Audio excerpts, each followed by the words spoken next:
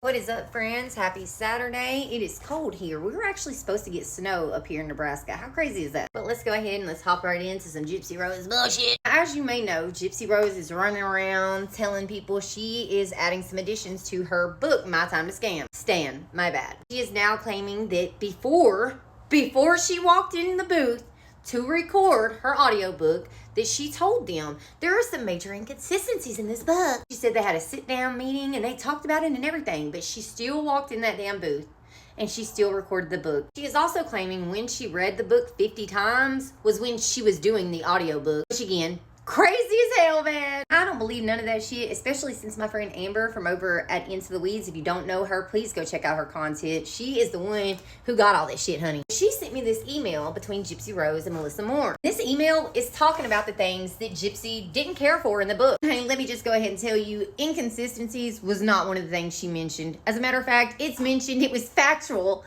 twice in this email. I don't know how.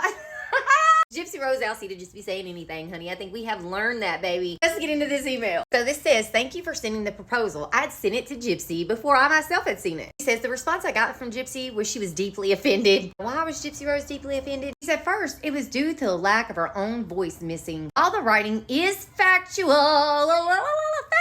It lacks Gypsy's tone and reduces her vocabulary to an elementary level. Keep in mind, Gypsy Rose is the one who has portrayed herself as fucking uneducated, and they were just looking at things from like documentaries and interviews that Gypsy had done, and they were writing this book. The tone they were getting was because of her bullshit interviews. Like, I actually say they think that the lack of her voice comes from interviews not being directly pulled from and interjected into the writing. Now, that's weird. Second to voice, there aren't any emotional moments we enter into through the writing. There was no emotional moments. So you know what they did? They added a bunch of gassed up shit like her pawpaw was molesting her. They talked about a dungeon that Gypsy was in this fantasy world with Nick, and how Nick's brother was supposed to grape her. So yeah, wasn't enough emotional moments, so let's gas some shit up so they'll really feel something, honey. Here's also a play-by-play timeline of events. Again, factual. Right there, again, factual. Reading this makes my head hurt because I know what Gypsy is trying to say versus what has already been said before she got out of fucking prison. Anyway, it says again, factual, and then it says you didn't take the opportunity to have us experience a moment in time with Gypsy. The whole book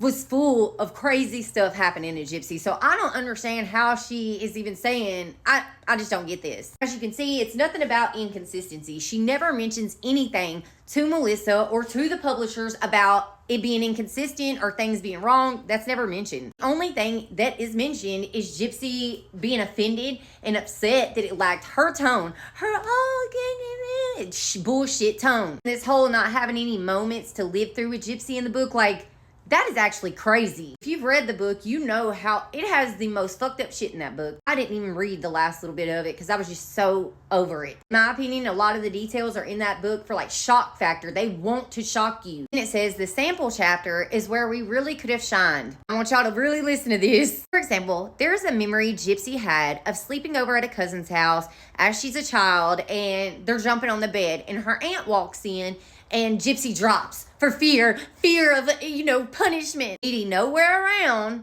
Gypsy jumping on the bed with her cousins, and when her aunt came in, she just dropped like a rag doll. On any of the other stories, it's Dee walked up, and as soon as she saw her, she dropped. Now it's like they're trying to add another family member to show this was happening in front of other people. Dee's nowhere around. Like I said, and Gypsy's doing this. Just like Dee was nowhere around when Gypsy told fucking Nick that at the age of 6, she lied and did not tell her mother she had feeling in her legs. Just like Dee was not around when she told Nick that she was sick as hell, couldn't walk, was in a wheelchair, had cancer. And then randomly a year later, she told him the truth. Like, Gypsy was doing her own lying, conniving, conning, whatever you want to call it. She was definitely doing some of this herself. Says Gypsy dropped to the bed in fear. She freezes, knowing she was caught using her legs. So did this family member question Gypsy? Did Gypsy decide to tell her anything? Because at this point, this is happening in front of several fucking family members. If I didn't know better, I swear Gypsy Rose is just trying to show a pattern. She's trying to show a pattern that people saw this, they ignored me, nobody helped me. I'm a victim of them too. Now being caught, there will be hell to pay when her mother finds out her lapse in the act. Again, how is her mother going to find out when Dee Dee's not there? Why the hell did Gypsy continue to do this? after somebody called her? Why didn't she tell what the fuck was going on right then? It talks about how Gypsy has many memories of the transition of being healthy while her mom tries to train her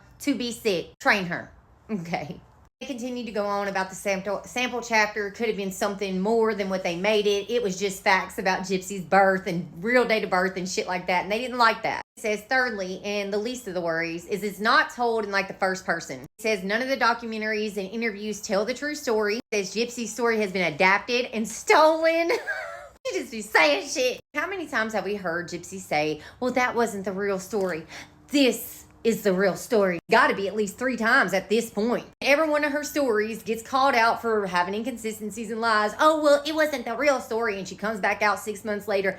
I'm out of the contract. I can tell my real story now. It's like, well, gosh damn, we've seen 100 interviews and 6 documentaries, 2 fucking books. Like, when is it going to be the real story, Gypsy? It talks about the movie The Act and how people don't really know her and all this old shit. One thing this does not say is anything about inconsistencies or things being wrong. She just didn't like the way it was written in certain points and the way that it didn't have her voice and the way it made her sound uneducated. It wasn't until people started calling out the inconsistencies in Gypsy Rose's book that she decided, oh, no, I read it. I told them all this stuff is wrong. No, you didn't. You saw all that stuff wrong. Why the hell would you have 1,000 and some odd books fucking sold and then do an audiobook? Gypsy didn't get the response from the public that she was looking for when she put that book out. So now she's going to add some more lies to cover her other lies and gas some more lies up. So y'all will feel something. Y'all will know this is her voice and her real story. This ain't all there, honey. That's Gypsy Rose's email right freaking there. And one thing it doesn't say anything about is inconsistencies. This is for entertainment purposes, only my opinion, but she did that shit. She wrote it.